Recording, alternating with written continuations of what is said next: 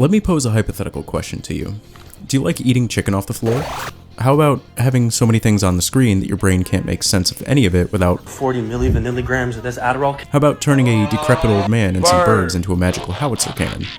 If any of that sounds interesting to you, strap in while we dive into the oddly satisfying spiral that is Vampire Survivors.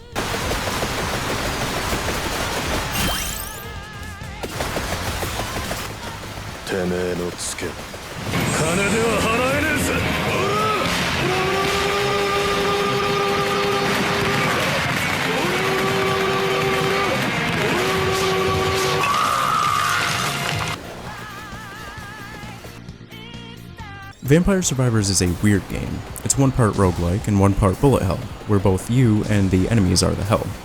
It doesn't have controls in the traditional sense outside of movement because everything else happens automatically, which may come off as very, very odd, and that's because it is. But it's also very, very fun and very, very addicting. You sit down to play around and like magic, 7 hours have passed, you have no idea what's happened at that time, and your screen looks like this. I'm convinced that this game was developed by the CIA as part of MKUltra or something. This game reminds me a lot of Binding of Isaac because no matter how much I unlock, there's still more stuff to unlock and more fun builds to try out. And for a modest price tag of about $5 for the base game and $4 for the DLC, it's well worth your money. You start off by picking your character. There's many to choose from, all with their own strengths and playstyles. My favorites are the old man whose only talent is being so stinky that nobody can get close to him without dying, and the lady that flies around while her cats wander the map committing war crimes. You then pick a stage and go.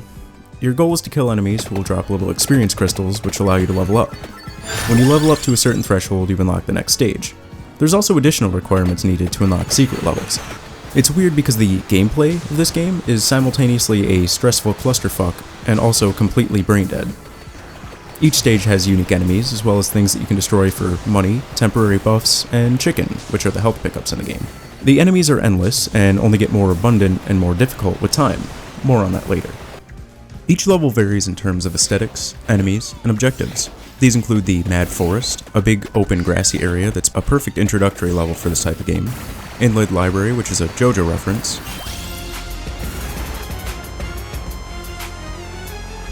Dairy Plant, which is the birthplace of milk magic, whatever that means, Gallow Tower, which features Mr. Krabs from Elden Ring, Ahoy, SpongeBob! I've overdosed on ketamine, and I'm going to die! and Capella Magna, which I don't have anything funny to write about, so I'm just going to edit a diarrhea noise in here. That's what I've been waiting for! You can also unlock modifiers for each stage, which include Hyper Mode, Endless Mode, Hurry Mode, and Inverse Mode. In addition to this, you can unlock Arcana, which further modify the game for that sweet, sweet replayability. Remember earlier when I said this was a roguelike? There's 22 of these things in total, all modifying the gameplay in big or small ways. As you level up, you'll get RNG-based weapons and passive items to pick from. This is how you make a build. There are many items in the game, and much like the characters, you'll unlock more as you play. You can permanently upgrade them from the main menu using money collected during your runs. This will make subsequent runs easier. The more items you get, the stronger you'll be, and the faster you can kill enemies, which allows you to level up faster. This cycle ramps up exponentially, so you'll either get really broken, or die very quickly. Seeing your damage numbers ramp up, or getting a really well synergizing build is so satisfying though. Every character has access to every item, however some characters will synergize better with some items than others. In addition to this, some items upgrade to more powerful forms as you level them up, depending on if you have the accompanying item for the upgraded form or not. That all sounds complicated, but one look at the wiki and you'll get the hang of it. You've got your basic bitch starting items like whips and knives, and for us good boys, we have the Bible and holy water. Innuendos aside, they all start out pretty trash, but once you get a good run going, your knives turn into a machine gun, and your Bible makes you a walking blender. The aforementioned upgraded forms are absolutely ridiculous, and can make you mostly immune to death. There are some items that focus on defense, and many that focus on offense, and there are some that just straight up delete your chests.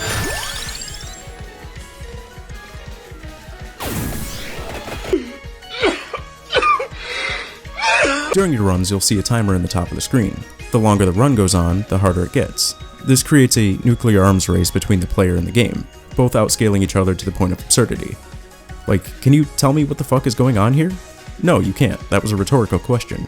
This looks like one of those AI-generated images designed to be incomprehensible. If you're not playing on endless mode, once you reach the 30-minute mark, death itself comes to stop your run. Note here that it is actually possible to kill Death, which unlocks him as a playable character. If you are, however, playing on Endless mode, once you reach the final minute, the enemy waves will reset and begin a new cycle. Each new cycle gives enemies 100% of their base health, increased spawn frequency, and they deal more damage. This will eventually overrun you, but it gives it an almost arcadey feel, always trying to one-up your previous run. The visuals of this game are simple but effective, clearly inspired by Castlevania, but unique in design. The variety of enemies is cool, and the sprite work and animations are very pleasing to look at. The maps are neat and well designed, even if they do eventually devolve into a miasma of projectiles and incomprehensible masses of enemies. Plus, this one enemy kinda looks like a Sojak, and that tickles my brainworms in the right way. The playable characters are kinda the highlight of the visuals for me. They're all fairly unique and the designs are cool. They really nailed the aesthetics of this game. The soundtrack is fairly fast-paced and is designed to keep pace with the action and hype the player up, and I think it massively succeeds in that task. And despite looping for the entire 30+ minute rounds, they never got annoying.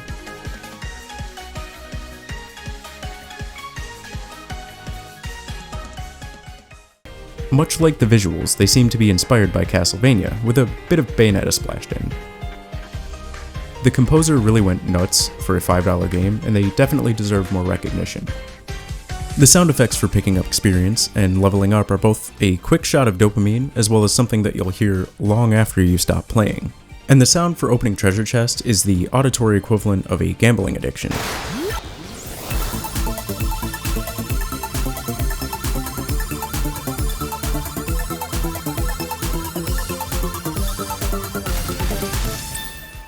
This game is a great indie hit, and it's no surprise it got as popular as it has. The gameplay is alarmingly addicting, the visuals are great, and the soundtrack is on a completely different level. For roughly the price of a coffee and a sandwich, you can get a game that's absolutely packed with content, that doesn't require a ton of investment. It's just something you can pick up, turn your brain off, and have a fun time with. My objective rating is a high arbitrary number out of 10. Can't recommend it enough. Hey there, thanks for watching. As always, it means a lot to me, and I hope that you've enjoyed the video. It's been a while since I've done a game review, and I haven't exactly nailed the formula, so to speak, but I hope it's been as fun for you guys to watch as it was for me to make.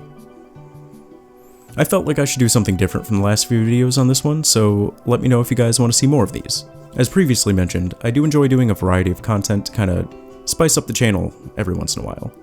So whether you're here for the reviews, or the games with friends stuff, or the essays, which statistically speaking have been some of the more popular stuff, I hope that I have something that everyone will enjoy. If you want to like the video and subscribe, that helps the channel out immensely. Comments are always appreciated too. Do you have a game that you think I should review? Was there something I missed out on in this one? Let me know your thoughts in the comments. I do try and respond to most of them. As always, thank you for watching, have a good one, and I'll see you next time.